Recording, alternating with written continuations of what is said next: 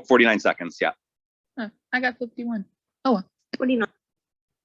Mine's 49, 51, and you're already into Paris's dialogue. I'm seeing Rory and Paris sitting on a couch eating takeout food. So if that's what you're seeing, your pause, that's good. It's always good to just pause it there rather than pressing play from the main menu, because we're going to all do it on the count of 3, and everybody's Netflix loads a little differently. So you could be sitting there for a couple seconds while it's loading. Whereas if you go into the episode and pause it, when you press play again, it's going to start immediately. And that will get us as closely synced as possible.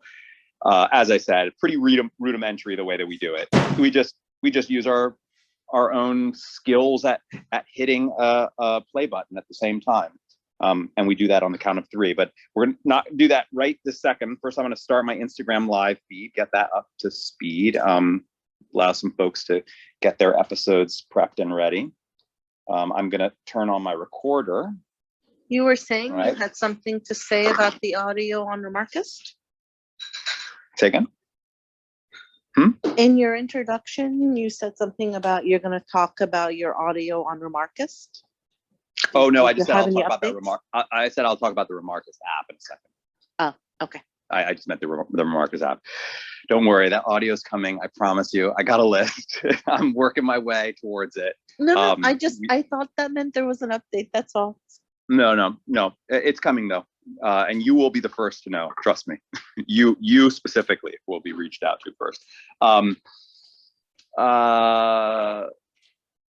Yeah, no. I will say I mentioned in the preamble that most of these rooms are just like raise your hand and you hop up onto the couch. But some episodes are special. We put them behind a reservation wall when we have guests here. The only way that you can reserve a seat on those nights, and actually tomorrow night is one of those nights because Eris is going to be joining us.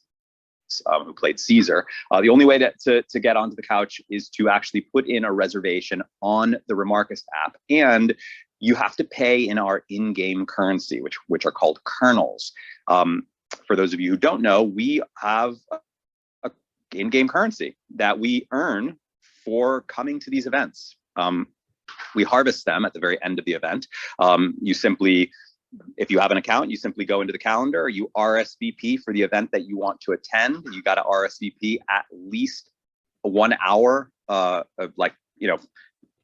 RSVP closes 1 hour before the event. So you want to do it before an hour before the event.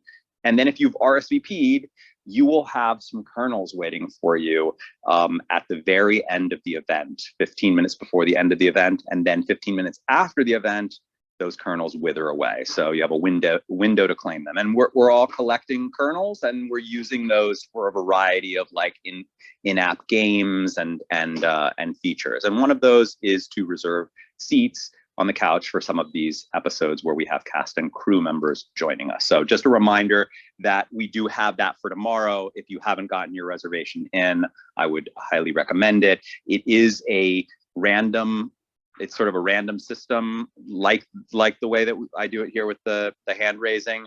I have a certain number of slots always on the couch, and the app will present me with a random group of all the people who reserved. Those who didn't get on the couch, your kernels will be refunded to you after the event is over. I did notice today, I was testing it, I reserved, and then I canceled my reservation, and I literally watched my reservation in the database get deleted, and then somebody else's got deleted as well. So there's clearly a bug. That's what happens for all of you wondering, why did my reservation go away? I've discovered why that happens. Now I have to figure out how to fix it. But somebody's reservation's gone. So if I were you and you made a reservation, just check to make sure that you weren't the person that got deleted as I deleted mine. Okay, that was a long preamble, but we're ready to go. I've got the recorder on. It was me. Is everybody ready? John. Mine was. It was you. I'm sorry, Beth. How dare you? That's all good. It's all right. Just get it back up there. I mean, it really doesn't matter that the system is just going to randomly pick 14. So. No, that's good to know. I'm glad I. So it doesn't really matter if you do it now or if you do it tomorrow or whenever. I mean, it's probably good to do it sooner rather than later, just so you don't forget. But all right, for those of you who have been here before, you know what we're doing next. If you're new, grab your remote, get that trigger thumb on the play button, but don't press it yet. We're going to do that at the same time on the count of 3. Ready? 1, 2, 3.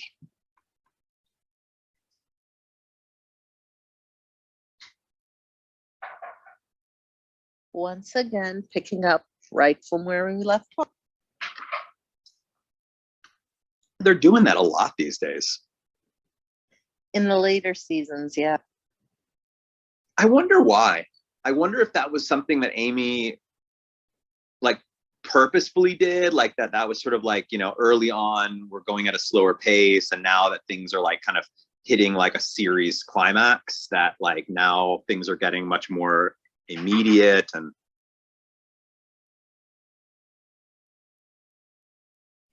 it's been a while, but I have, when my husband has gone on business trips, me and one of my best friends have done the couch and no men, but just lots and lots of Chinese food while doing Gilmore Girls rewatches. I feel like that would also be a pretty fun themed event, T, that we all just get Chinese takeout. Yeah, we should.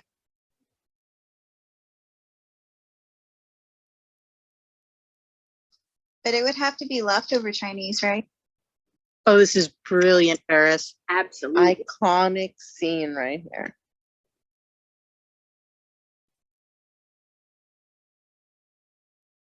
This is awesome.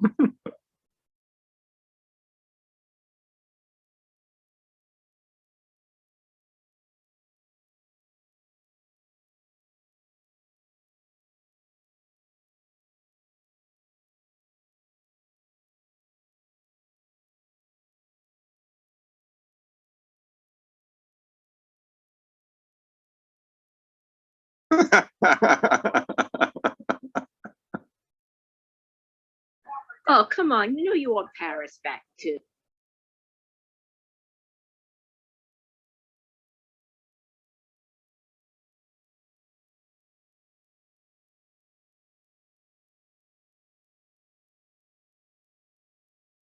Whoa. In the wise words of I our got friend, $500 on Paris. period. Love the coat. The coat.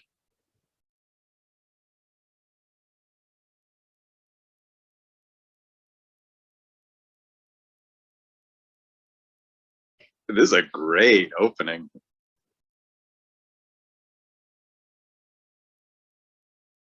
Oh, thank God.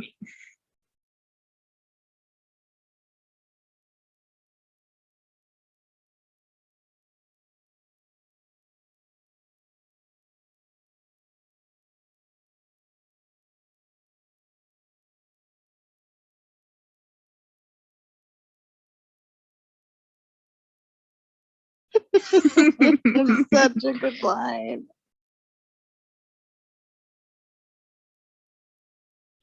Oh, crap.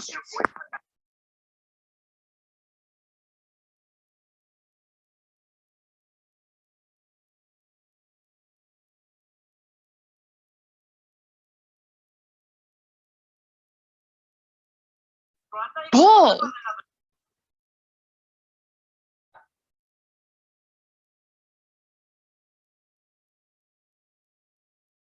I mean, I'm on Logan's side with this, to be honest. I don't know. I don't know. Because I'm if he not there. seriously thought they went together because he's so inexperienced in relationships, then it's not Sounds really like a cheating. bull line. Gaslighting is impeccable. This is not gaslighting. Not at all. Not at all. Oh, I mean, I don't know. Convince her that he didn't cheat on her. Because he didn't cheat on her. You can go round and round on this. He didn't break up with her. What did you say, Jess? Gaslighting, he would put the blame on her, but he's not. He's accepting responsibility and he's having a. Jess, what did you say? He didn't break up with her. Thank you. But when you don't don't Rory talk to said we need a somebody break, for at Exactly. least a Rory month, didn't talk you're to him done. for like a month or so. and a break usually would mean not to break up, but as he said, this is his first serious relationship, so he wouldn't know that we need a break isn't breaking up. Wait, she said the words "we need a break"? I don't remember. Didn't she? No, but isn't- she didn't we talk ignored about him for like a month. There was no communication. You're They- broken up when you don't talk for a month. Yeah. Yeah, they fought and then they didn't talk for a few weeks. So they were broken up. Nope. Yeah, they're broken up. No, when you, Not look, I said this last night and I'll say it again. If you break up with someone, you have to actually either call them and tell them, not through your sister, not be a douchebag. Okay, but did And Logan ask talk- Honor to break up with Rory on his behalf? We don't The know. way that He the scene was said, I portrayed. just told her that Each to their own. get her off my back. Man, this is The this episode's opening was Incredible. full of fire, Mm-hmm. and that is clearly spilled over into our discussion here. I know, we're not even karaokeing right now. But here's the thing. I think just like with the whole Jess versus Logan thing, I think this is also a thing that we will never agree on. We'll agree to disagree. Yeah, I mean, I have my perspective on it. Like, I don't feel particularly good about what Logan did. You know, I mean, that's how I feel. You can throw around all kinds of technicalities and whatnot. He's clearly he desperately wants her back. I think he really cares about her, but but I think a lot of what I think a lot of his logic is coming more from a desperate need to get her back than it really making a lot of sense to me. I'm Lorelai in this situation. I hate spiders. Spiders are awesome. Depends on the kind. Also, As long as where- they stay outside. I don't like them in my house, but they can be Where- outside. where's He's got a Monica? pop. Hanging out at the house with maybe Babette, maybe Miss Patty. He's chilling. I think that this episode, I shadowed Lee, the director. Really? Lee Shallot Schemmel. Lee Shallot. I believe that it was this episode that I shadowed her. I asked her if I could come to set and watch her work. I really had great respect for her as a director, and I loved working with her. It'd be really cool to hear in the after show what you learned on that day. For sure. It wasn't just one day. It was she allowed me to come to set over the course of the 8 days, like a variety of times. I think that it would be this. I know that it was an episode shortly after the Hollaback episode, and I was in it. Yeah. Huge glare, man.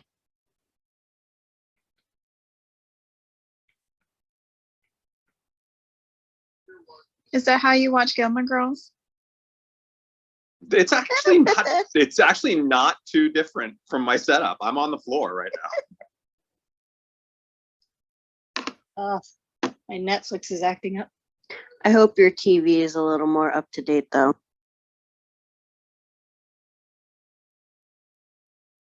Hey, did you see that little jump that I did? I hopped I up did. I there. was gonna say that. That was very athletic. I mean, I don't have any recollection of doing it, but it looked like it was conscious. Like Magic Mandy athleticism or no?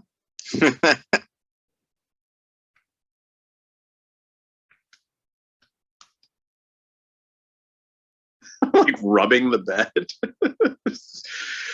How do you telegraph that you love something? They want you out.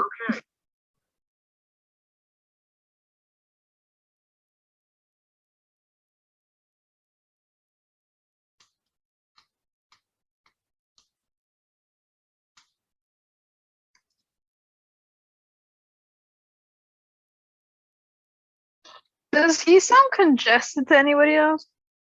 Yes. I mean the one with the deviated septum? No, Zach. With a-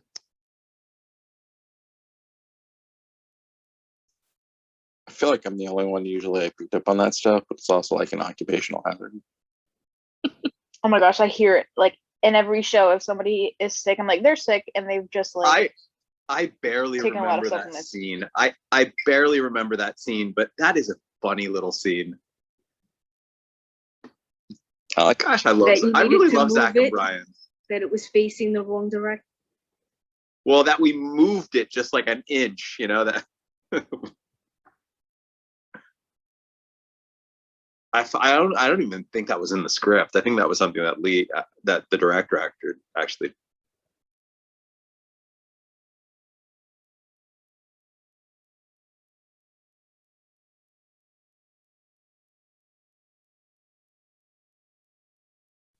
Hasn't she already gone shopping for him anyway? Yes, season 1. So why doesn't he just let her do it? He knows she picks good stuff. Just the whole thing of like Lane working at Luke's, I just can't get over it. Like it's just one of those things I just didn't know.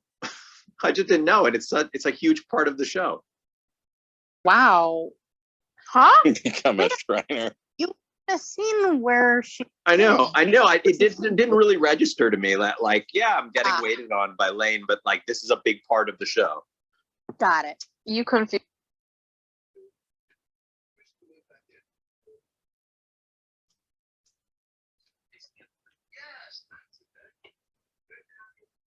That ring is hilarious.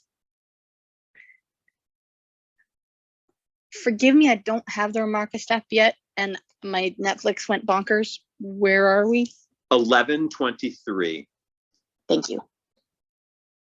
I forgot to mention, you can also do that if you're on the couch. Of course, there are a lot of people that are not on the couch. Got it.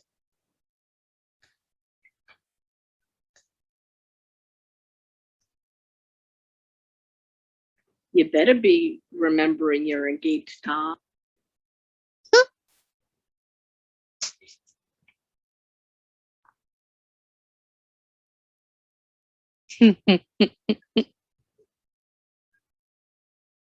I love the bouncing.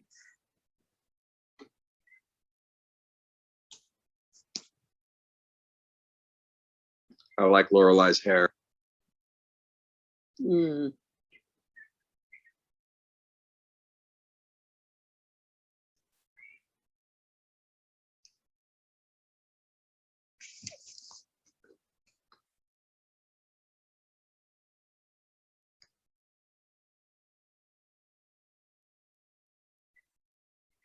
Yeesh. I mean, If Lorelai doesn't. It is believe true. anyway.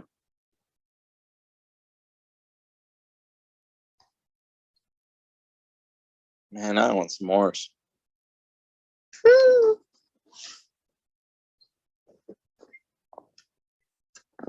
How do you not know that your school has a lacrosse team and you're Rory Gilmore, who knows everything? Didn't she write like a article for the Yale Daily News, like when she was first trying to get in on the lacrosse team back in season 4? I think you're right. I'll have to double check. I'll be right back.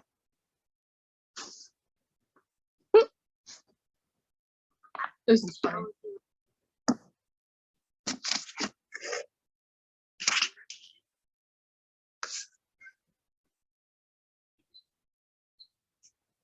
Little Lorelai. It's so funny. Yeah. Yes. Love that. I sympathize with the Michelle here a lot. Do you have a system? Mm-hmm. I respect the system. Mm-hmm. Respect my authority. I'm also a fan of huge pink post-it notes because they're so visible. Yep. I would go to the store and buy more post-it notes just to give him 7 or whatever, 6. You would think that would actually be in line with Rory's conscientiousness, but This is awesome.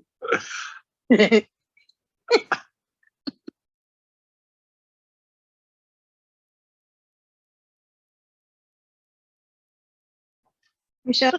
Mi- Okay, good. Michelle is this season. I feel like has been has they've given Michelle a little bit more. I love it was the other hand line. Because I remember thinking like that when I was little. So it makes me think that's like a thing from when Rory was little. No, you don't smack that hand. Smack that one. It's the one that did it. Oh my gosh, my grandma does this too.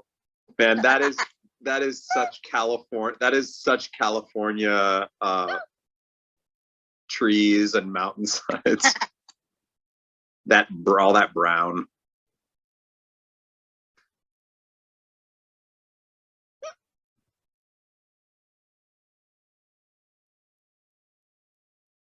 That's Griffith Park. That's our big park here in LA. Griffith Park, like, Hey, Valerie. would be kind of equivalent to New York Central Park, I guess. I'm gonna say no. Why? It just doesn't look the same. But Definitely also, not. this is not Griffith Park. This is New London, Connecticut, John. Oh, right. $4,000 for a freaking MapQuest machine? Are you kidding? No That's what GPS they that I used know to of. be like. Navigations when they first came out. My husband has terrible navigation skills. He actually bought one so he could walk around different cities. Google Maps, yo. It wasn't there at the time. No, I know. I'm saying like, It was MapQuest. now that's what I got. I love imagining Luke and GPS. I think he would be so annoyed. Oh, he'd be cursing it out. Recalculating. He'd be flipping. Especially because he would know where he was going and Lorelai would be like relying on the device. When GPS was not regular, I had a friend I would call and I renamed her Gin PS whenever I needed help. And she knew where to go.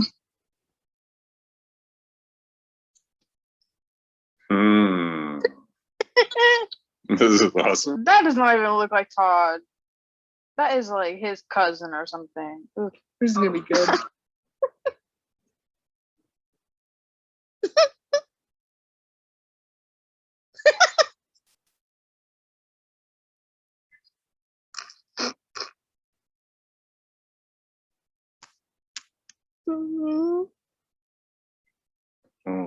Hey Jess, can I Why unmute would you? he stalk her at her mom's store when he lives in the same apartment with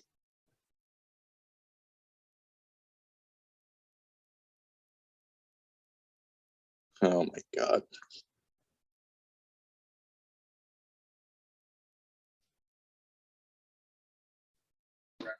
I like how they slicked his hair for this though.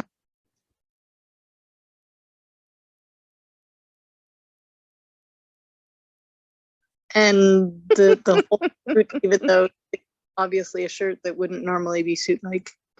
The teeth cleaned. I love how prepared he is. The only thing that would make it better is like a pie chart or a graph or something. Zach has some great dental hygiene, I have noticed. Yes, but his gums bleed. That is true. That is true. It's because he brushes too much. Or too hard. Too hard. He brushes too hard. This is very reminiscent of Adam Brody showing up with, in a suit, All disheveled. trying to to impress Mrs. Kim. It's the same. I will say that this scene, we can talk about it a little bit afterwards, but it's got some really, this is a really good Windows view into the mind of Amy, and I think how she felt about the whole band and the trajectory of the characters. I'll get a little bit more into that afterwards, but it's just something that I noticed in the scene that got me thinking a little bit about what she potentially was hoping for Zack and Lane. And it's such growth character arc wise for Mrs. Kim. Yeah, for sure.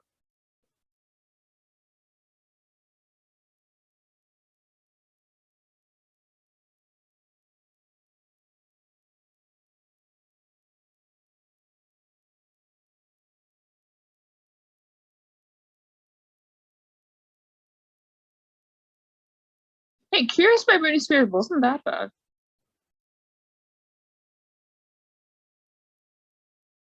Now, Can by Paris Hilton, that was bad.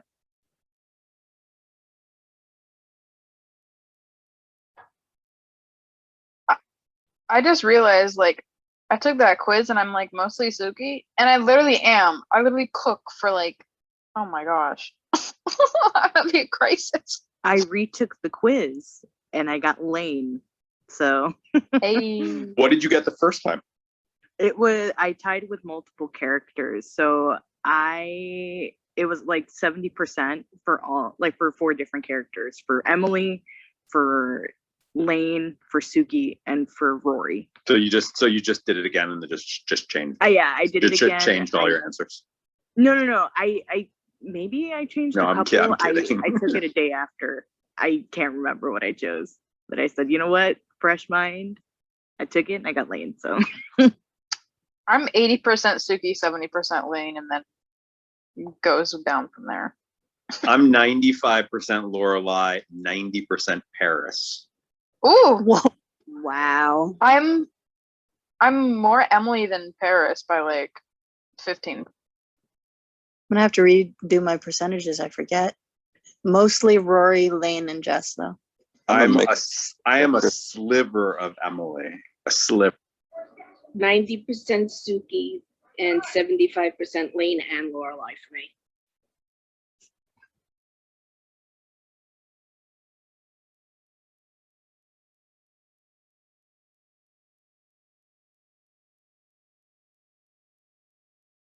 Suki has Man, dragonfly I love left mac in. and cheese. I just love mac and cheese. I love it so much. Does it have to be homemade, or are you okay with Make some crab? mac and cheese. I mean, I prefer homemade, but I love mac and cheese so much that you could give me some of the mac and cheese powder, and I'll just like eat that like Pop Rocks. That's awesome. Nice. So are you having mac and cheese with your Friday night dinner, John? Maybe. Excuse me, do not pull up to my house and then snoop around like some crazy people. I don't need your opinion on my paint color on my boat. It's Emily and Richard. Come on, you know they have to. Back up. In not very many other ways, but that would totally be my dad. Same. Talked about a seaworthy boat. Made me I want remember. Lorelai's shoes.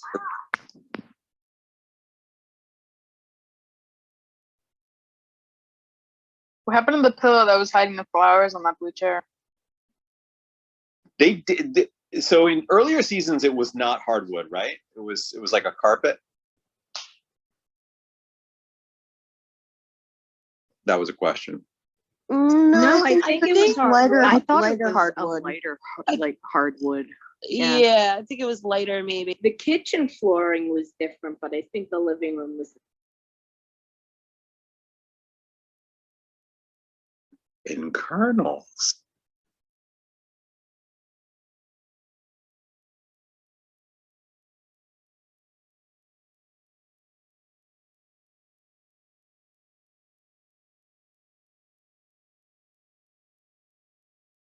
And I will say it again. Back up, Emily. Get out of my room.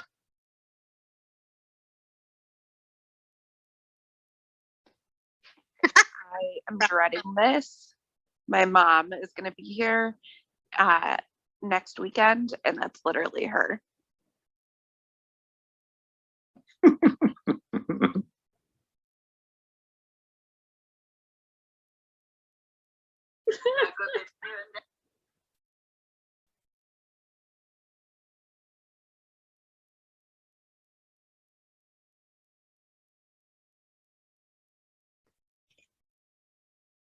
Only Zach would say buttload. Yeah, to I Mrs. care a buttload.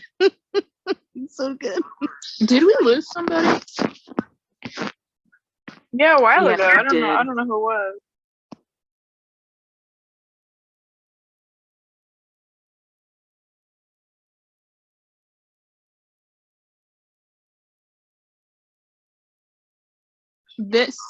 This and the comment about Prince made a good album and he mentioned God is right up there with my 2 favorite lines from her. Yeah. Yeah, I mean, Mrs. Kim Pasta is alla Suki. Mrs. Kim is an interesting character. I don't know if that's where they expected to take the character when they first introduced her, but she's really interesting. Like, just that she knows all that weird knowledge, that musical knowledge. Yeah, she casually just flexed Prince on all the guys. She just topped it off with catch up. I love it. I mean, I know some of that is like the writers just putting their own heart and mind into characters, regardless of whether, sometimes it makes complete sense. But I like to think that there's something there that maybe Miss Kim. Oh my gosh. What? Well, wasn't she This is in beautiful. the tambourine band or something? My parents are here. It's my favorite Turns scene right ever. around. Turn. That was funny. One of my That absolute was- favorite scenes. That was funny.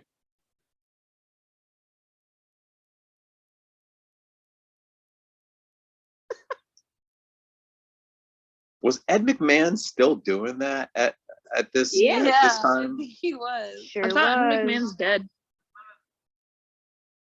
I feel like he stopped doing that in the 80s or the early 90s. No, he was still doing it. Wow. Wow, that's big for Emily.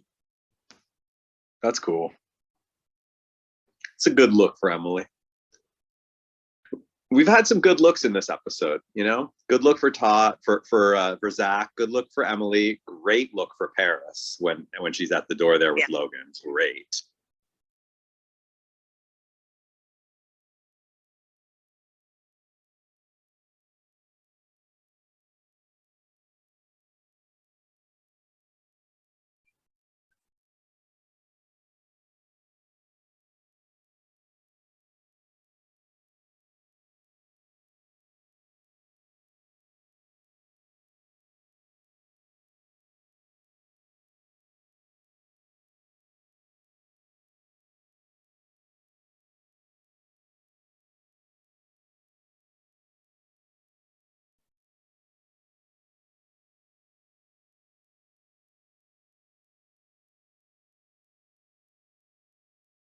That was I don't know why dark. he's just excited about Gettysburg, bro. That place is so haunted.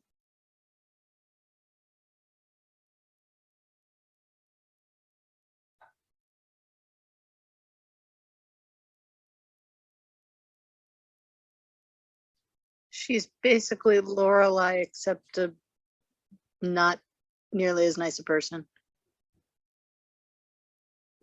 You're talking about Anna? Yeah. Is she not a nice person? So far, I've been pretty happy with her. Unless Except, keeping Luke out of the daughter. We can't tell you anything. unless that's a spoiler. That might be spoilery, sorry. No Well, no, spoilers. she kept Luke in the dark about April for Right. 12 years. Okay, there you go. Fair enough. We also didn't tell you, and I'm sorry we didn't catch you up to this. She's Mia's daughter, so you're probably gonna get killed with her too. Yeah, She'll be beheaded first, though. Huh?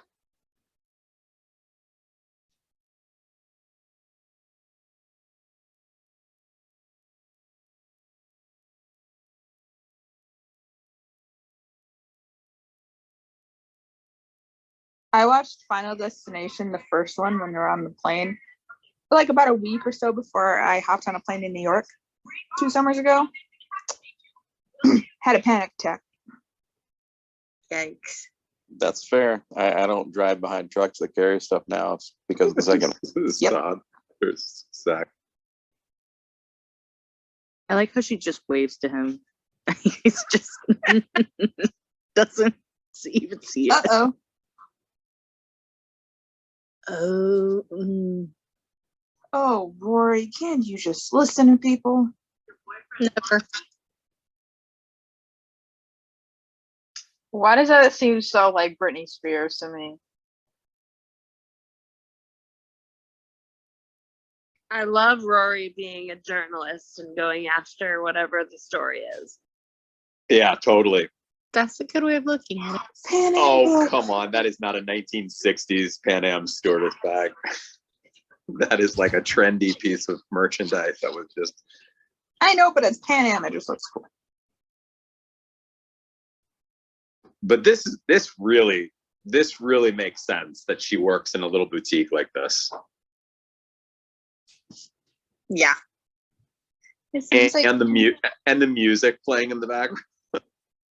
You start to see that she's got Lorelai's quirkiness. I forgot that this hadn't happened. Oh yeah, she's definitely like that. They're definitely making a comparison to Lorelai, in the same way that April has kind of got some Rory aspects to it. That is one maroon jacket. I gotta say, maroon looks great on him. Maroon is a good color. Yeah.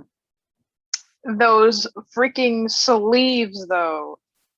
This suit does not fit. Those him. are not just sleeves. Those are sleeves, aren't they, Lily? Yes, and also like the line is obviously like leaning a little too. The sleeve line is obviously leaning a little too far. But you know, If Taylor is his Taylor, Jesse Taylor. I like the running gag that Kirk is just wearing other people's clothes because that's right. not his. That's not Right, his he blazer. just said it wasn't his jacket.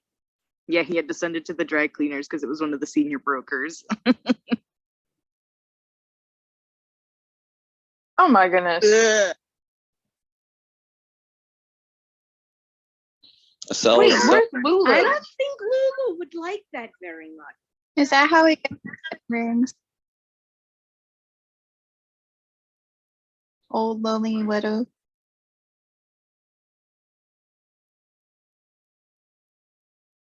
What? uh-oh.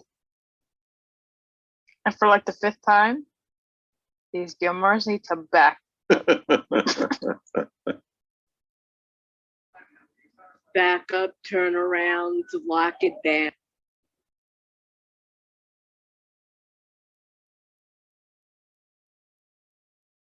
Why didn't Brian get in on this sale?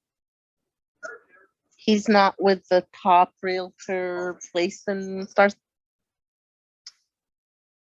Can you guys imagine with Kirk wearing like Sean Gunn style? How hilarious that would be. Because if anyone saw him on the red carpet for Suicide Squad 2, can you imagine Kirk in that outfit? That was with the goat? awesome. He's fantastic.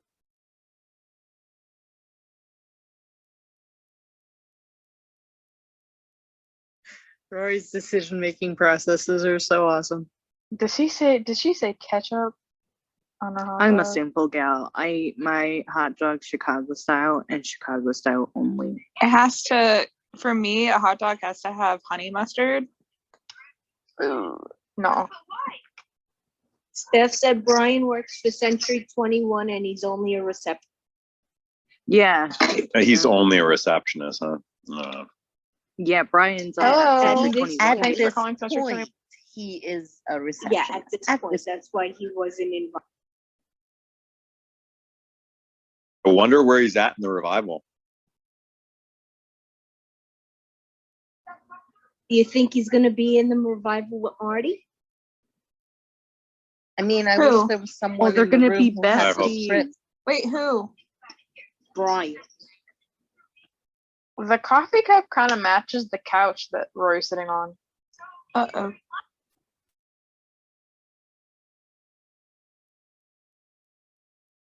Oh boy. I think this is actually Rory being Emily a little bit too, as well as the investigative reporter. Yep. And it's also another example of someone else knowing more about something that Lorelai should know about, but Luke is preventing her from knowing.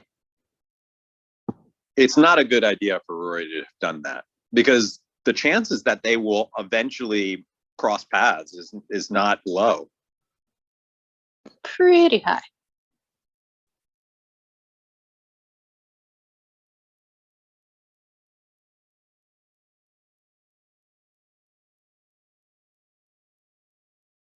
I'm with Rory. I'll take it. Lorelai in that one. She should have backed off. She shouldn't have listened. She should have listened and not gone. This is super cool. I love this. I mean, I love it. Yet again, didn't no idea that this happened. Too bad it's not a This- full song. This sounds really similar to something, and I can't put my finger on it.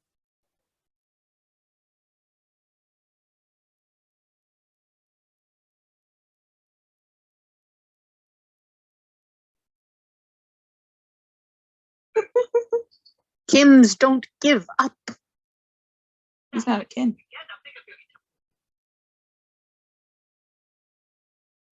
Well, he's marrying into the Kim family. Exactly. Damn. That was cool. Yeah, I like the song.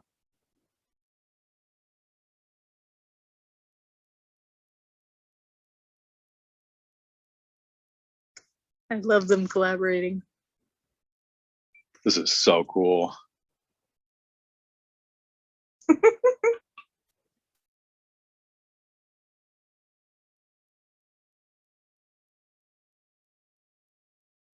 I'm sorry for anybody who is like a team Dave Rogalski, like this right here, this scene just completely puts the Dave Rogalski I love it.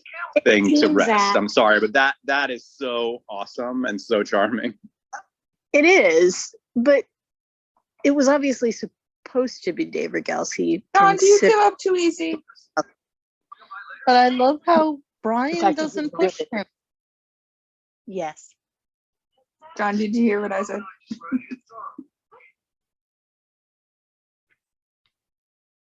Sorry, I'm just like focusing. You're fine.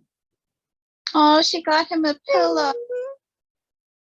A stool so he doesn't hurt his knee.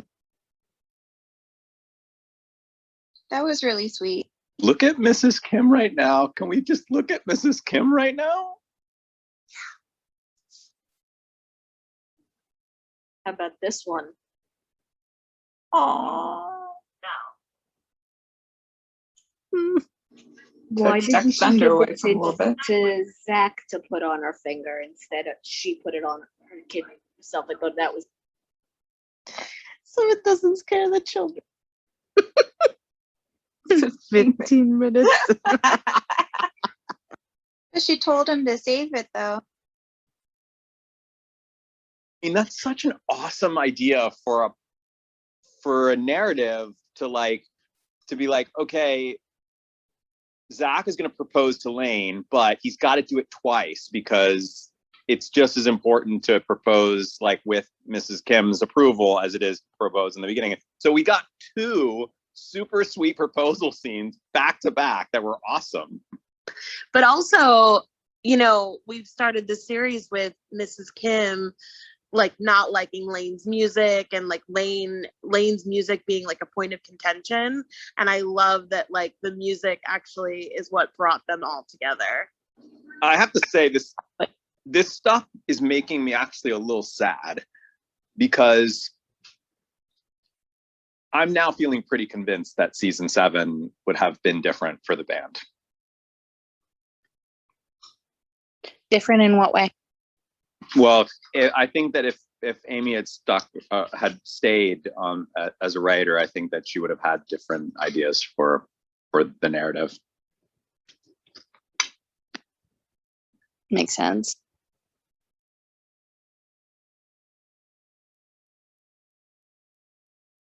I don't know. Maybe I'm just getting caught up in all of this, but it just feels to me like there's just so much runway that.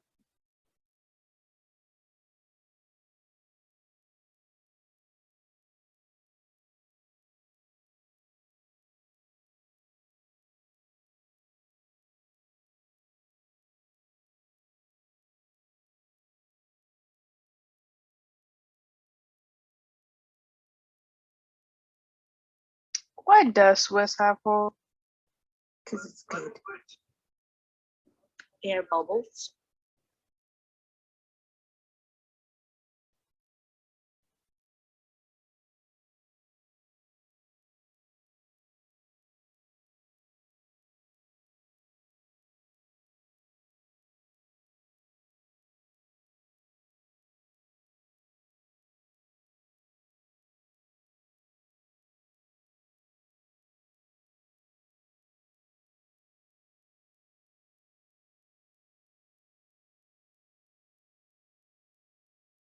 Why were you saying it was falling apart when you were saying before that it was just fine?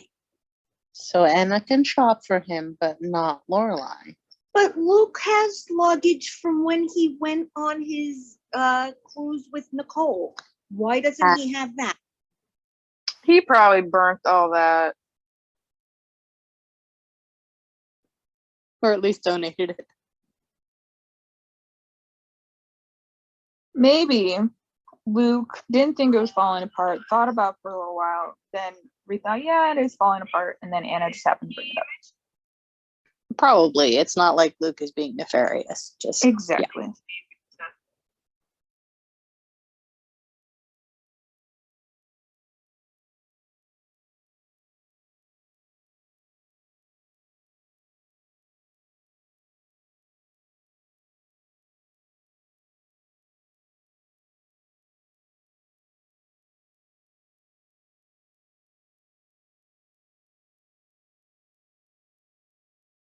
Ooh.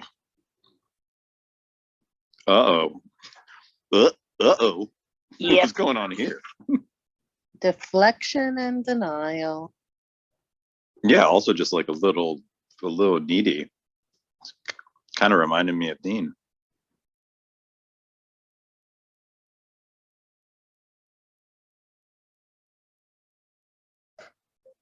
What she did was kind of rude, though. I mean, she just left him when he was sleeping and then left for a few days after they just reconciled. Yeah, that's true. Reconcile is Not a answering. Oh, wow. interesting word to use. Wow, that was a really interesting end to the episode too. Like, Yeah. like a super abrupt. That's We when haven't you had know a lot of things this are really getting good, abrupt. John. What's up? That's when you know something good or interesting is about to happen when they abruptly Oof. stop it. Yeah, this season delivers. I'm sorry, but I'm gonna say it again. This is really shaping up to be my favorite season. Yeah, it's not my favorite, but it's up there in my top like 4. All right, everybody, I am going to open up the couch and we're going to invite more folks up here so that we can chat about what we just saw, have a lively discussion over all things Logan and Mrs. Kim and Lorelai and Luke and Anna Nardini related. Also, I found the answer to my question earlier. Rory did write an article on a Yale lacrosse game back in season 4, episode 8. Ooh, huzzah. Yep. She might not have been paying too much attention to remember that. Was a big commotion. Oh God. I loved it. I love that's a full on earworm for me now. John, you I'll should be ask singing Todd that. if he remembers that. Oh yeah, I'm gonna definitely like next time I see him or talk to him, I'm definitely gonna sing that. I usually ask like where should we start, but I kind of want to start somewhere. I want to. My favorite part of this episode was definitely all of the stuff with Zack and Mrs. Kim, like without a doubt. You start, John. So much. Without a doubt, I just absolutely loved it. So what I was sort of getting at is they've created a great deal of narrative runway here, right? Like we've now got oh yeah, sorry, Carl, I keep trying to get you up here on the couch and it keeps like I keep pressing invite and then it just like doesn't. So this happens sometime. Oh, there he is. Okay, sorry, Carl. I'm here. And you realize every time you start telling somebody that you're trying to get them up, Yeah, the moment all of a sudden you can the get moment it's like it's almost as if like that I have this magical ability to bring you up on the couch by telling you that you need to leave the room and It's okay. Clubhouse is evil. So yeah, I mean they're going through some times. No, I just think that they've just given themselves a lot to work with here, you know, in terms of the band, you know, or at the very least, like doesn't even necessarily need to be the band, just like Lane and Zack, and this whole idea. Like, I know that a big part of that was all really about like, you know, showing us that Mrs. Kim wants somebody to marry her daughter who isn't just like, you know, going to provide, but that like he's going to also provide like the kind of emotional and spiritual needs that her daughter would have. So I know that was a big part of it, but in doing all of that, they've like created all of this really great potential for a story, right? Like we've now learned that Mrs. Kim is like a great collaborator. We see the Zack character for the first time, like kind of understanding like the importance of writing hit music, right? Rather than like constantly trying to be like the outsider. And all of that like is the recipe for a story about a potential success for these characters. You know, at least for the Lane and Zack characters. And so I just can't imagine that they weren't thinking that could be a potential thing for the story, you know, going into the next season. It feels like at least there's some setup for that. Really cool. And you know, and I know that Amy has said that the most disappointing storyline for her in season 7 deals with this storyline. I won't say any more than that to not spoil any folks who haven't seen it. But now it makes sense to me. Like I get it. Like, and that's why I was saying I get a little sad now thinking about you know, like some of the potential that was there. But I haven't gotten to season 7, so I don't know how I'm going to feel about how the band was sort of fleshed out there. I really truly don't remember much of it. I remember I remember a big sombrero. That's about the only thing that I really remember, and some domestic duties, I guess you'd say. But this episode just and also, man, how killer was that? Like we got two full-on proposals from the same two characters in back-to-back episodes, and they were done in different ways, and they both were super emotional. They were so cute. It was, Just and wow, we you didn't know? get Luke proposing to Lorelai. We what? We didn't get Luke proposing to Lorelai. All we got from him was after he got the ring, it's a full moon, it's time. Yeah. Yeah. Hey, John. Yes. Just to let you know that What's the Big Commotion reminds me of Waiting on the World to Change. Really quickly, to answer Tasha's question, FanFest 2019, we had asked Todd to play it. Todd said that he does remember the words, but he couldn't remember the chords, and Grantley Phillips wrote the song. That's really cool. That makes so That much is sense. very That's cool. so awesome. That Makes so much sense because it has that kind of era to it. And he just sounds great. He just sounds so good. I can't get over it. You know, it's just really like really good. He does. He just sounds great. Like in that one scene in the little garage area when he like really gets it, it's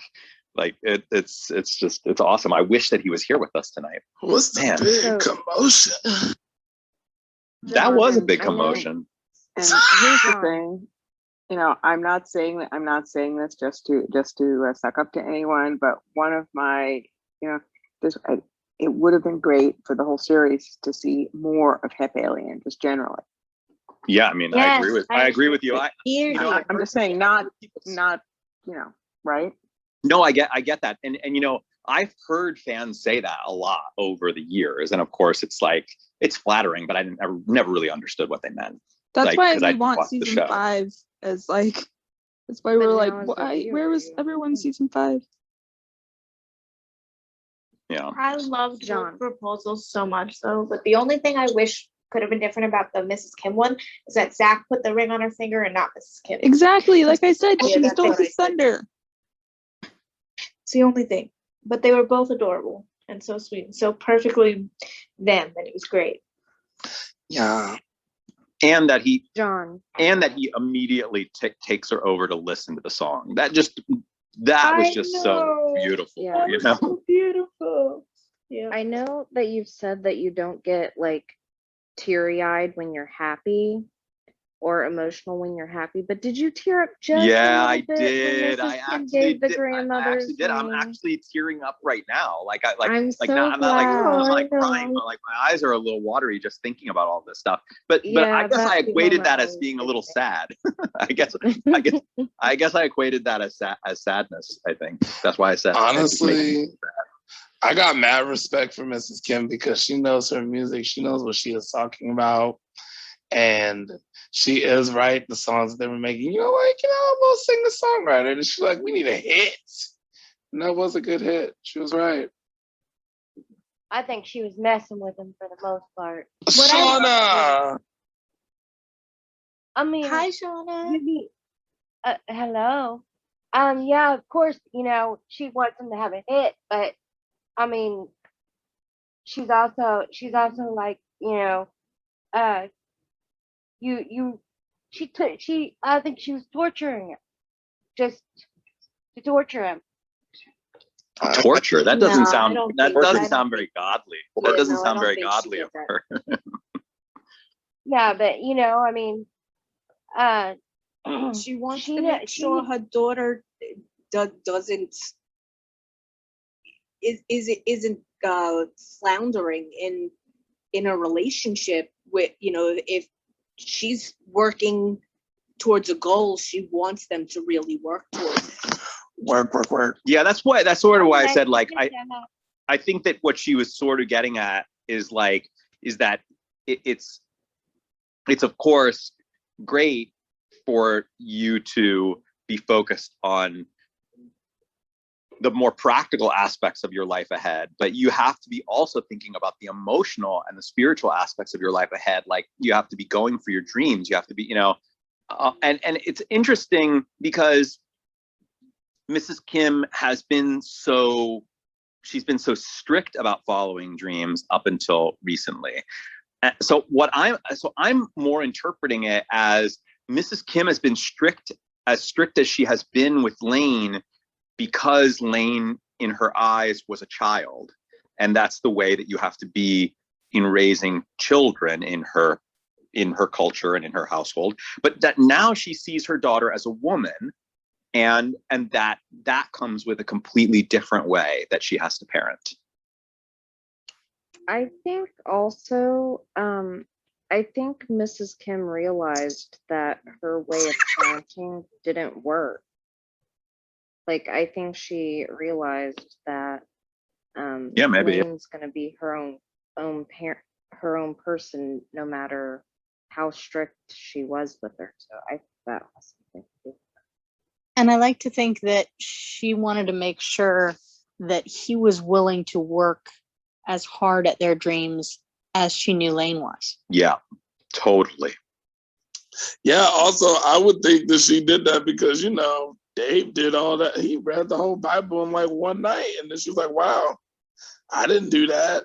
It's really hard for me. Well, that's probably all right. Yeah, y'all No, can she date. said- That's she probably said, also- I myself have only done it. Oh, 3 yeah, times. only 3 times. My bad, Julie. You're right. But that, She's what, only need a done it good 3 buddy. times. Sorry, trivia nerd. Sorry. No, But to you're defend- good. I'm so used to other people saying it. Like, oh, I've never done that. That I took that into my brain. That's In also defense- a in defense of- possibility, but yeah. In defense of Shauna earlier, we have seen Mrs. Kim mess with people, and that's a perfect example of when Mrs. Kim was just like kind of having fun with somebody.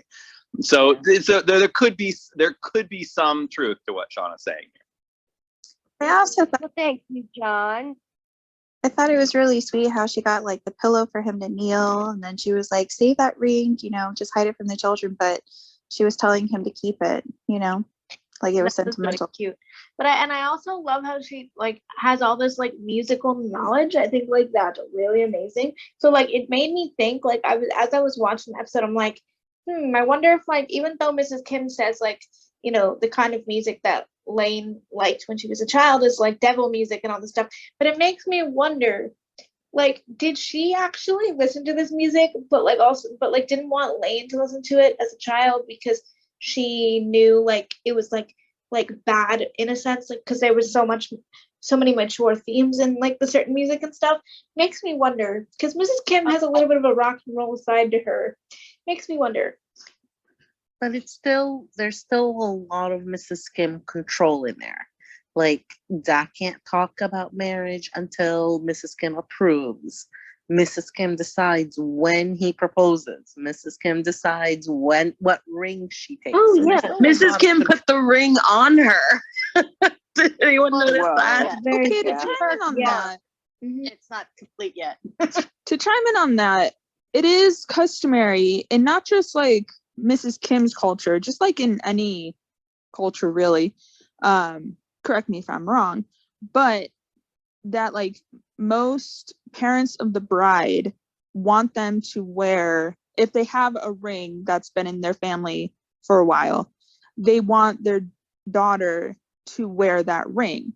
I mean, No, I don't so it's think not so. totally Yeah. out of the But not to blue. put it on their finger. I would. Well, yeah, I would like, say. he, I would he say totally that. stole his thunder, but Oh, I I don't would. think I so. would say that from the that's not group. like 100.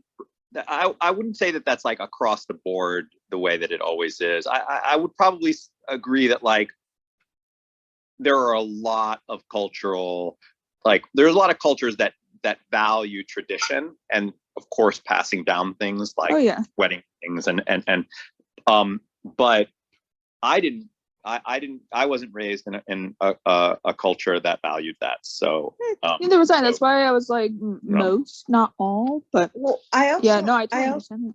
I also don't think I like that she stole his thunder, because the first time he proposed to her, he was able to do it. He had that moment with her.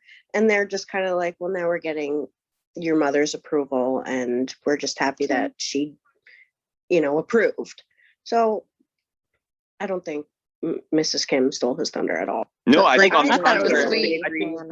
I think on the contrary, I think that he showed something out. He just like one-upped himself from the previous episode because he got to show sort of how important this was to him, how much he would go out of his way in order to do this. Because like she says to him after tonight's episode, we're getting married, because it only really became real after this episode, because it had to be passed through Mrs. Kim.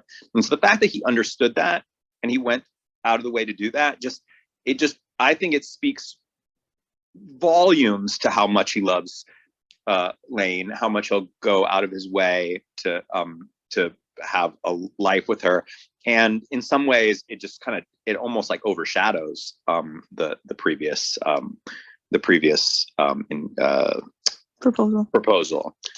And even speaks volumes on how much Zach has changed. Not too much that he's not himself anymore, but he's changed a lot from like when we first saw him and things like that. Also, Harvest guys. He's putting forth effort. Yeah, he's definitely changed a lot. Like what someone had said earlier, him working that hard to make it hit was reminiscent of David.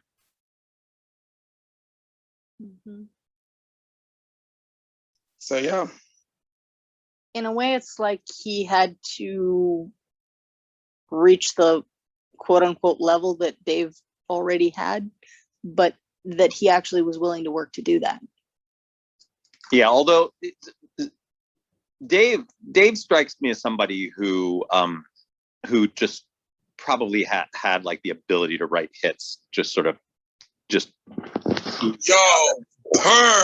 on facts, John. Dave Rogowski would have written like music that Tudor Cinema Club made. He had that vibe. He would have been that late 2000s, early 2010s fool that would have written that stuff. You know, the Vampire Weekend, Tudor, like those he would have been very successful. I know. What I'm saying is that he has that naturally, right? And so I the idea that Zach would have to sort of like work to find that is, frankly, it's more interesting to me. Yeah. Of course. I will never forget. Honestly, I I will didn't never forget the scene. Sorry, go ahead. I will never forget the scene. It was in one of the earlier seasons where Dave Rogowski is over at the Kim's house and playing hymns, right? And sneaks in, was it Nirvana? Something. Just kind of subtly starts and then gets this look for Mrs. Kim and then stops. Mm. Yeah. A musician. So do you So think he that had she knew? knowledge. Do you think she knew the tune? No, I just think I don't know. That, I mean, that's a good question. I think she knew it wasn't him.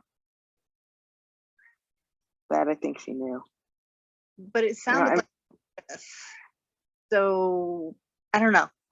I always read it as her recognizing, but I mean, I've never really thought of it like I never thought about that moment before. That actually I love that moment, but I never actually connected that before. But now, after just thinking about what I said about her having all this music knowledge, and how it made me think, like, I wonder if she did know those songs or listen to that music and stuff. I think she probably did recognize it. Like, I want to think that she did, because I think Mrs. Kim has I think there's a little bit of a rock and roll streak in her. Like, she doesn't let it show very often, but I think it's there. So I think she recognized it.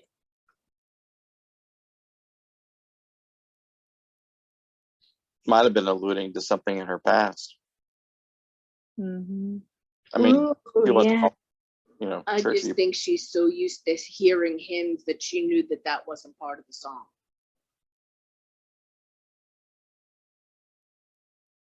Or at least recognize that, that he was riffing. And that's not, yeah.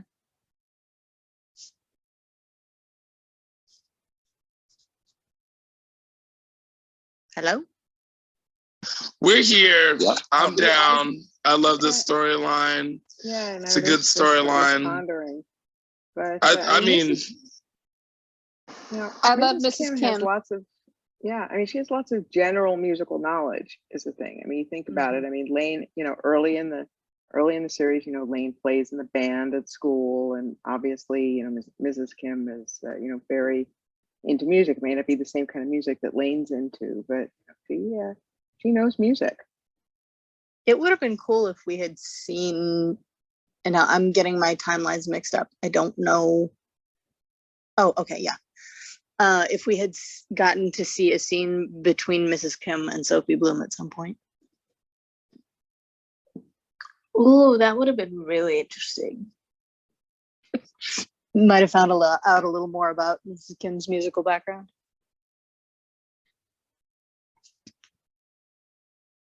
I've always wanted more background on the Kims, and I would have loved a spin-off. Ooh. Yeah, I mean, That would be really interesting too.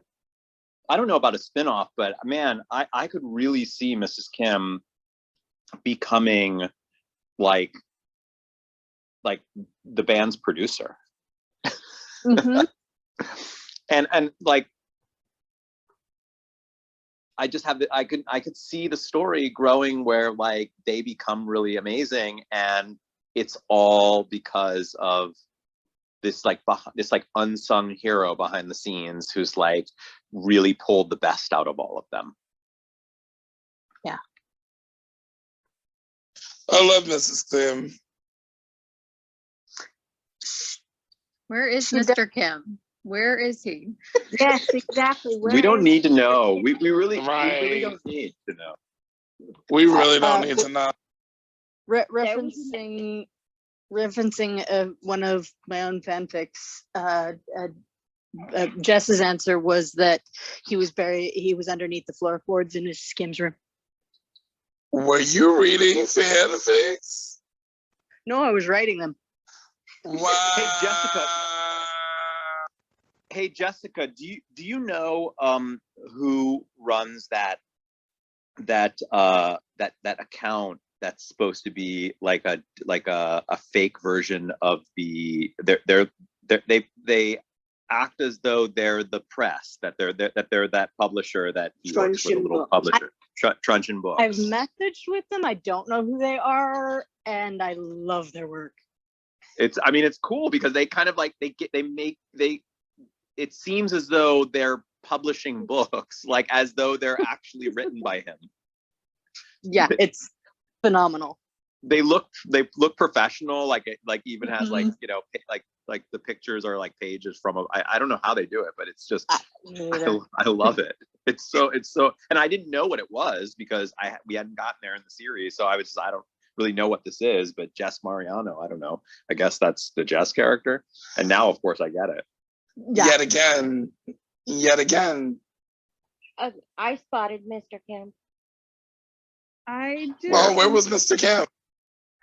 I seen him. He was in Luke's diner. Oh. He was working in Luke's diner. That's also been always one of my theories, that he was one of the people that some people call the original Caesar. And Robert Lee said that he was not supposed to be related to her. Yeah, let's not. Theory that Mr. Kim is out on the road doing antiquing, and that's how Mrs. Kim gets all her antiques. He could That's be not out on the thing. road. With He's the- one of the those church. pickers.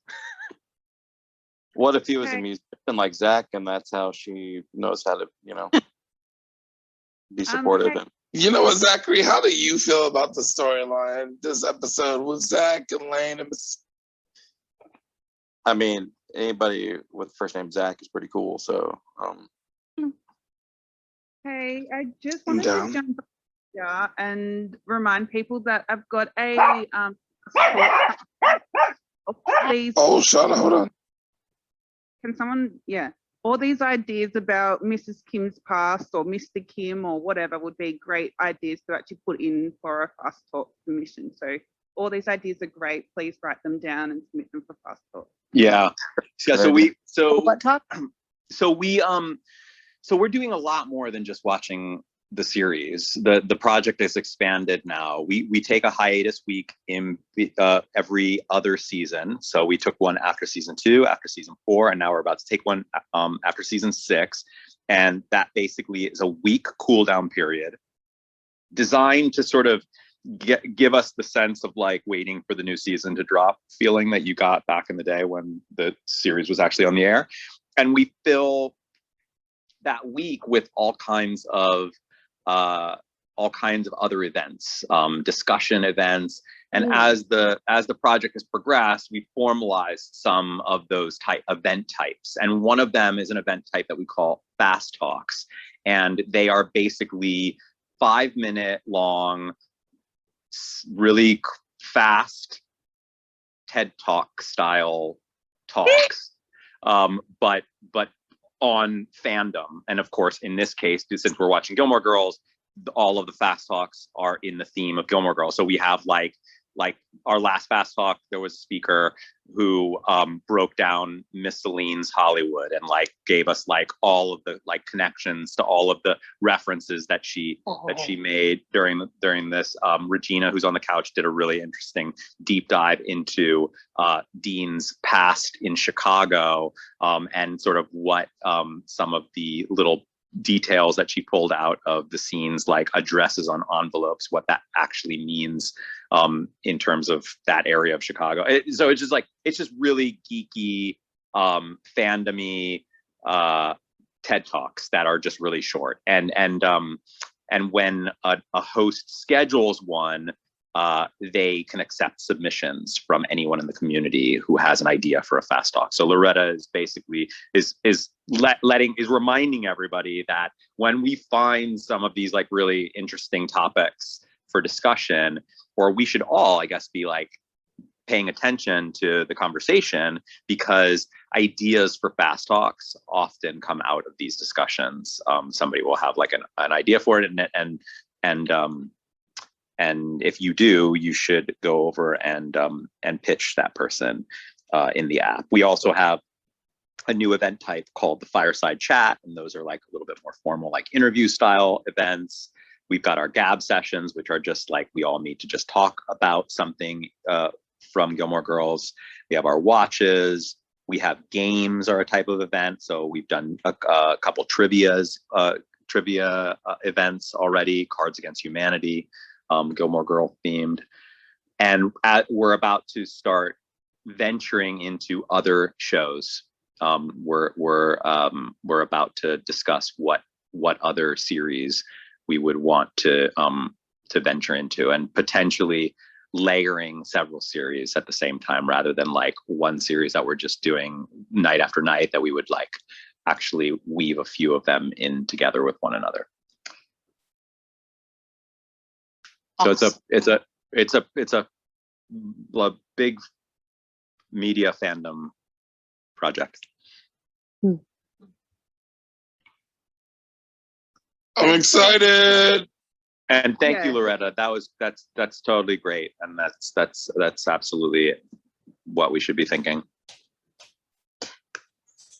Now you Is it possible? do your theory. Sorry about that. But yeah, I thought I'd just jump in and say that quickly. Great, Jessica. Oh, sorry. I was going to ask a question that can be asked later. Just about how to do Remarka stuff. No problem. We're going to have lots of documentation coming. That's like probably the most lacking thing. The project has grown way faster than we've had the ability to create anything that can help people catch up to speed. So unless you've been here since the beginning, like it is actually a lot to digest. But we'll have that soon. And some community members are going to be helping me with that. Awesome. So what else should we shift our attention to? Should we move over to Nardini? Can I say something really quick? How about how cute Emily and Richard were around the little kitchen table in Lorelai's house? That was cute. And that they are now thinking about buying in Stars Hollow. Uh-oh. Yeah, what do you think that portends as somebody who hasn't seen it before? Well, if you'd been here since the beginning, you'd know that I'm actually kind of a Emily fan.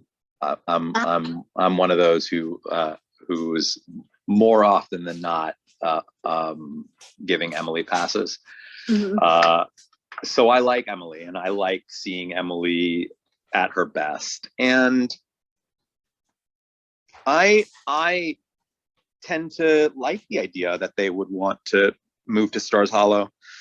Have you been watching the show, John? Yeah, I mean, I think it's because it's because I, just in general, it's the part of Lorelai that bugs me the most, is like the constant like rejection of her parents, the constant annoyance with them, the constant snark, the constant hyperbole.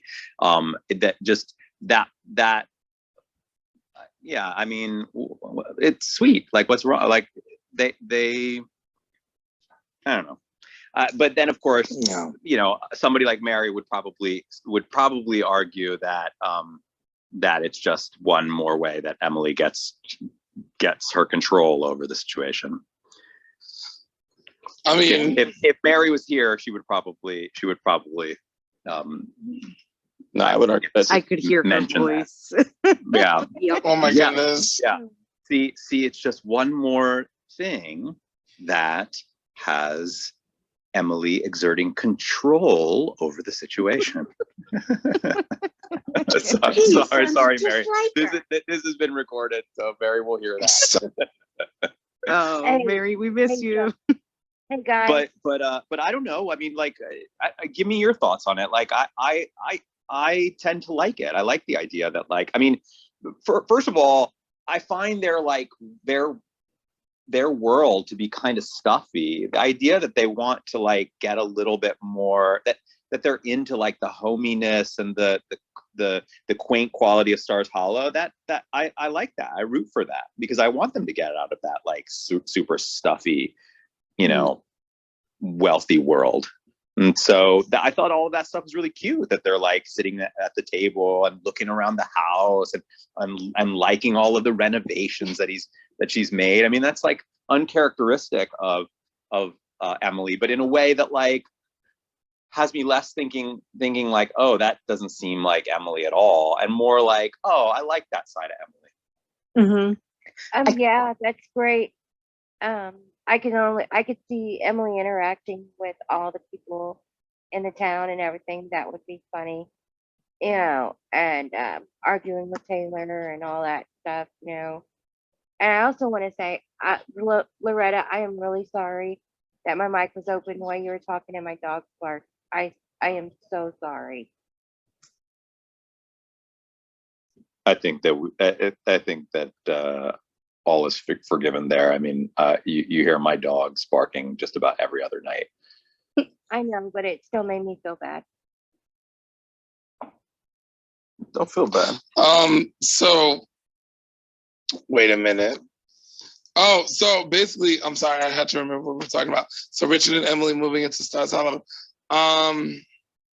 Yeah, I mean, look, let's put some kernels on it, John.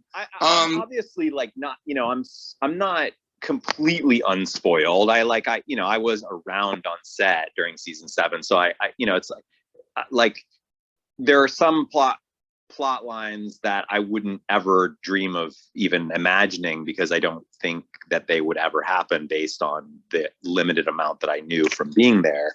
But if I was 100% unspoiled, I don't know, I might think that they were going to move into Stars Hollow, and that yeah, Emily would start to exert her control over the town and maybe try and get into town politics, and like maybe even try and make a run for town selectman. I don't know, like my imagination can go wild. That's a lot, friend. Emily versus Taylor. Oh my God. That's a lot, Yeah. friend. Yeah. I would pay money to see that. But seriously, my gut tells me that doesn't happen. I feel like it doesn't happen, but I don't know. I've been surprised by a lot of things that I was like, I did not know that existed in the show. Let's keep the surprise going, John. You want to put some kernels on it? No, I'm not putting any more kernels on it. So what about Anna Nardini? Let's talk about Anna Nardini. What's the big deal? She seems, I like Anna Nardini. She seems nice. I like her. Keyword seems fashion. She seems like somebody who, if you get on her bad side, she'd be pretty. You wouldn't want to be in the same room with her, but like Very true. Seems being the key word. That is very true. I agree. Honestly, I don't hate her. I kind of like her, but I have a problem with things that I can't say because spoilers. Okay. Yeah. Agreed. So we won't go down that avenue. But I will say that I can imagine her having a bad side. But I've seen a lot of bad sides from pretty much every character on the series, so that's not really a surprise. I don't know. I mean, she reminds me a lot of Lorelai. Like, she just reminds me a lot of Lorelai. I think she probably has a better sense of humor than Lorelai does. That's the only kind of difference. I think Lorelai's a little funnier, but they're definitely comparing the two. I feel like that's definitely part of it, and I still feel the same way about April. I think that April is like, obviously, like, she's an extreme ultra nerd, but like, she's got a little bit, like, if April took the Gilmore Girls test on Facebook, she would almost definitely get a pretty high Rory. She'd probably get a good portion of Jess too. Jess isn't even on that quiz. She's not even on that quiz, man. She's not even on the quiz. It's about the Gilmore Girls. She'd probably more likely get like Paris and Lane or something. Like, wait, come on now. She has a Tumblr account, y'all. Come on, let's do the. No, I think that April and Rory are very similar. Yeah, I just know that she's a member of the Danes family, and I think there are some genetic characteristics that all three of them share. Liz, I don't know where she came from. Jess, do the math, Jess. Do the math, Jess. Family members are different from each other, Jess. Let's do the math. If A plus B equals C, why would April Nardini, who has never met Jess before, that we know of, would be like Jess? I've met family members that I've never met before and gone, why on earth are we so much alike? That's all I meant. Well, so my question for you, Jessica, expand on what it is that you think makes them similar, because I'm not seeing it. Kind of kind of the dry analytical. It there are mannerisms that clearly Jess and Luke were supposed to share. And it's hard to put my finger on, but I feel like I see traces of them in April as well. Even though she presents them in a please forgive me, anybody who would take offense at this, in a slightly more artistic manner, but with the same kind of just like the way they look at the world. And yes, it presents very differently because April's a girl and because she's much younger. But all I can think is the kind of dry, observing the world kind of wryly and cynically, that is not Rory. Okay, that now you got me, because I was struggling until you said cynical. I can see. I can see April does have a little bit of a cynical quality to the way that she speaks, and that is definitely an analytical. The analytical part, he doesn't strike me as overly analytical, but that's just my interpretation of it. But he definitely feels extremely cynical. He's smart. I mean, there's no question about that. But the cynical thing. The cynical thing makes a lot of sense. Now I can see it. I can almost hear her now at that science fair speaking, or when she's coming to his diner for the first time to get the hair sample. A very directness too, which is also like Luke, just saying whatever it is like it is. Right. Yeah. And not like, what kid that age is looking through their mother's diary trying to figure out who she had sex with and not thinking that that's an odd thing at all? Just looking at the quote unquote nitty gritty and just being like, yeah, this is how I'm finding this out because that's the way the world works. Not kind of. I'm seeing it. I'm seeing it now. I mean, obviously, like she's got, however you want to describe it, she's got an odd quality about her. But I definitely see the cynical part. She doesn't sugarcoat. That was something that he didn't do. He didn't really sugarcoat things. He just sort of told it as it was. Not bleeding or anything. This man really gonna be all over the series, huh? Who? Huh? Carl? Oh, I'm sorry. I literally walked away. What? Carl, you gotta remember to mute your microphone now.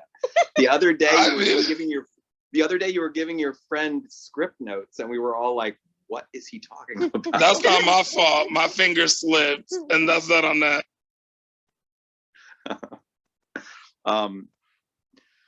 Sorry for diverging from you were talking about April, so. Yeah.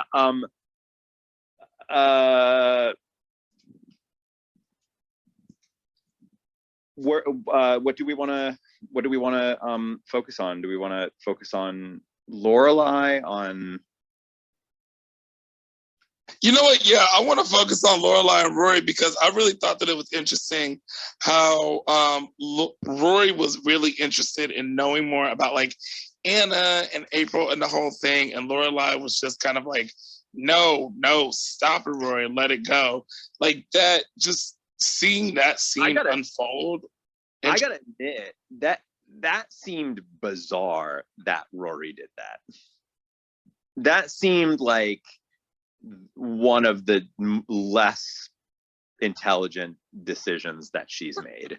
I know that it's like getting to the wanting to get the story and whatnot, but like that is the mother of the daughter of the man your mother's going to marry. Like the idea that they wouldn't cross paths at some point seems like, how could you not expect them to cross paths, or how could you not like expect that at some point you're going to see her and then she'll know immediately that you were snooping on her. It just seemed like, what are you doing, Rory? It doesn't seem logical, but it makes me wonder if there was anything subconscious about Luke having been one of Rory's father figures and finding out that he had an actual daughter and being curious who this person was. Not necessarily jealous, just But you know what's interesting about that? You know what's interesting about that is that she never had that for her own half sister. That's she didn't really care to find out all that much about Gigi. Like, came over to talk to Chris and was like, just barely even looked at her, but seems to care about all of this. Yeah, but there's like probably because his dad hurt her so much. and also like there's a real mystery here, right? Like, Yeah. she knows the situation with Sherry and her dad. Like she knows the whole story. She doesn't know anything about this woman, and it's so mysterious. And I think like there's a part of Rory that's like changing right now. She's being a little bit more I think sometimes irresponsible, daring. She's not the person that she was at Chilton, and I think, there's a little bit of I don't know, like almost like a careless curiosity, like very Life and Death Brigade, like let's go find out who this woman is. And that's kind of how I always saw it, is that she's like, oh, let's go find that story, let's go track it down, because that's kind of what she does now all the time, and that's who she's becoming. So I don't know if she thought too much about it. I also always thought that she would come back and like tell Lorelai the situation, even though they had a conversation beforehand, because like that's what they do, and I kind of felt like she probably wouldn't have hid it from Lorelai. She would have told her, but she probably didn't expect Lorelai to be mad about it. Yeah, I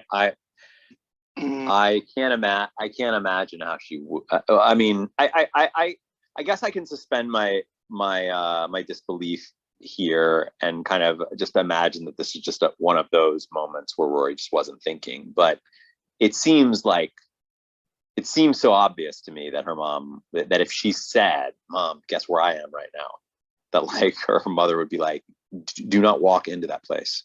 Mm-hmm. Rory does not think. Rory stole a yacht. Oh, right. Good point. That's the entire point. Loretta's totally right. Like, she's doing a lot of things right now that make not a lot of intelligent sense. Yeah, I'm not saying I don't like it. It's definitely making for great story, that's for sure. It's just interesting. Rory's she's because she thinks and plans everything out so carefully, and then she steals a yacht or hops the bus to go to New York, or these things that just feel really out of character, but that's part of her character. Can we talk about how Rory's treating Logan at the moment? Because I find really how Rory's did what? I'm sorry, say again. Rory and Logan, how Rory and Logan are. Yeah, sure. I'm happy to go down that. I was actually trying to be careful not to go there without consent from the room, just because I feel like we have really talked through, like our last episode was just basically dominated the entire discussion, as I expect most people in the fandom expected that it would.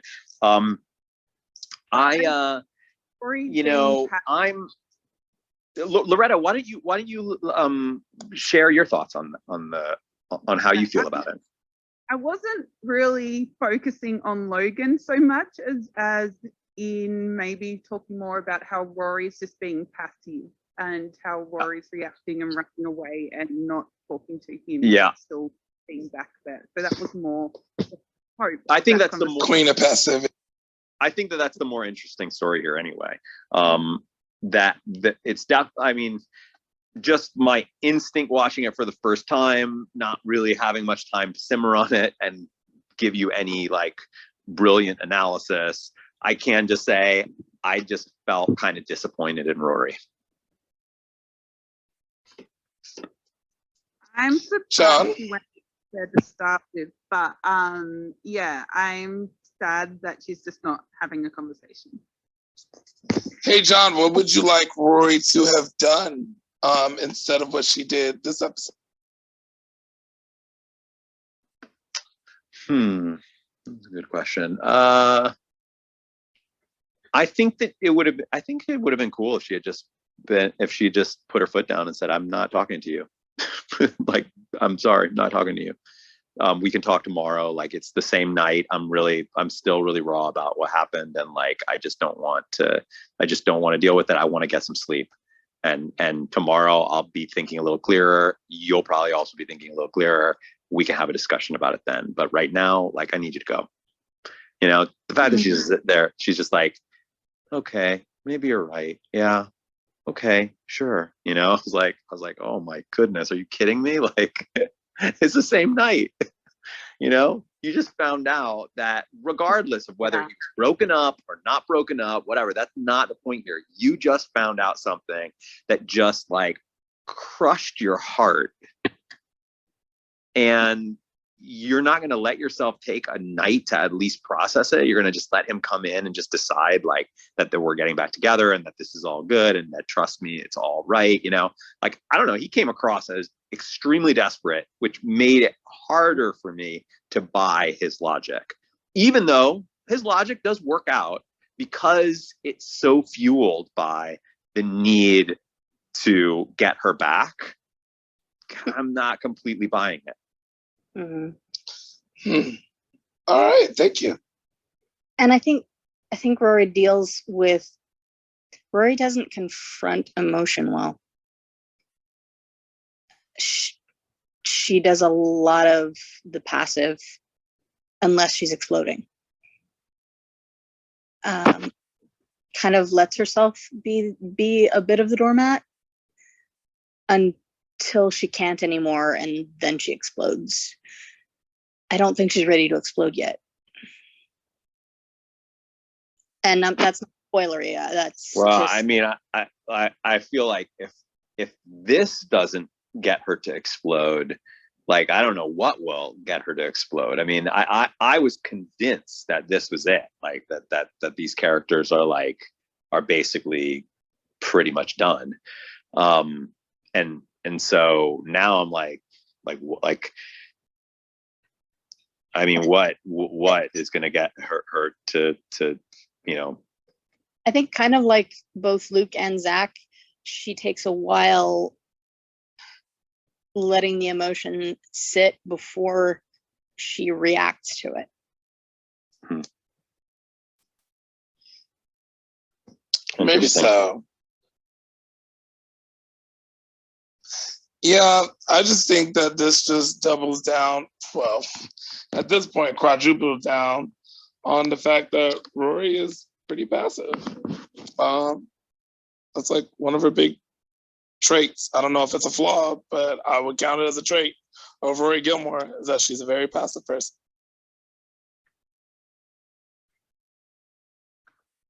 Yeah. I think that's fair. I mean, she's either very passive or she does some crazy impulsive thing. Like, and that's like everybody said before, a rarity. Yeah. Well, but also that is a contribution of being passive. Like, I know people, I grew up with people who were very, very passive, and they would do very impulsive things at random, like one time every 3 years, one time every 5 years, one time every 10 years. It would be something out of left field. So that is also like a byproduct of like being very passive. So you're right, Julie. And I think it's her personality, but also possibly growing up being viewed as quote unquote her mother's mistake and hearing that over and over again, I think that contributes to her general caution in most aspects of life. You know, that's interesting. I think that in the entire run of the series up till now, I have not heard anyone yet say or even propose the idea that Rory could actually be thinking about the fact that it's true. She's heard on multiple occasions that she was a mistake, right? Like it has been framed like that around Rory multiple times over the course of the series. And I never really thought about what that must feel like to hear that or to know that that's what people think. I think that's where a lot of her perfectionism comes from. That's really interesting. And that's actually a good place for us to well, for me to jump off. I made a few folks moderators, as always, and I will be back tomorrow night, 7 p.m. We have got an episode called The Real Paul Anka. Paul Anka. Sorry, I always mispronounce that. It's because I always think of the Ankh, the Egyptian, the Egyptian Ankh. And so, yeah. But we're here tomorrow, and we've got Eris with us, who apparently tomorrow he's in the episode, so that's kind of fun, and it's an episode I think that is a fun one for him. Apparently, I don't know. This is what I was told by somebody, that I should look at that one to ask him. And then, as I said, we have a reservation wall, what we call our kernel wall. You'll need to have some kernels to reserve for the couch. It's like the one for Devon's the other day. It's 100 kernels. That's 60 if you just want to do on the couch. You just want to do the watch. 40 if you just want to do the post show, and 100 if you want to be there for both. If you already put in a reservation, please double check that it's still there, because as I mentioned, I actually witnessed my canceling of my reservation just like suck up like a couple of other people's reservations as well. So, so just double check. And I thank you all again for watching this with me. Thanks for setting me on the couch on such short notice. Yeah, Thanks absolutely. for hosting, John. Yeah, Yes, we like to do that. You're definitely, you fit in well with the Remarcus family, Jessica, a thinker and with a lot of really great insight. So I hope that you'll join us again. But yeah, the little party, that little party popper that you have next to it, that's what we use to sort of to determine new folks in the room. And I had a feeling not all new folks are willing to come up onto the couch at first, because it can be kind of intimidating. But I know you and I had been doing a little chatting offline, so I knew that you would probably be interested in coming up. Yeah. All right, everyone. Wow. I will see you tomorrow. Thank you again. This was a lot of fun. Have a great rest of the evening. Good night, John. Thank you.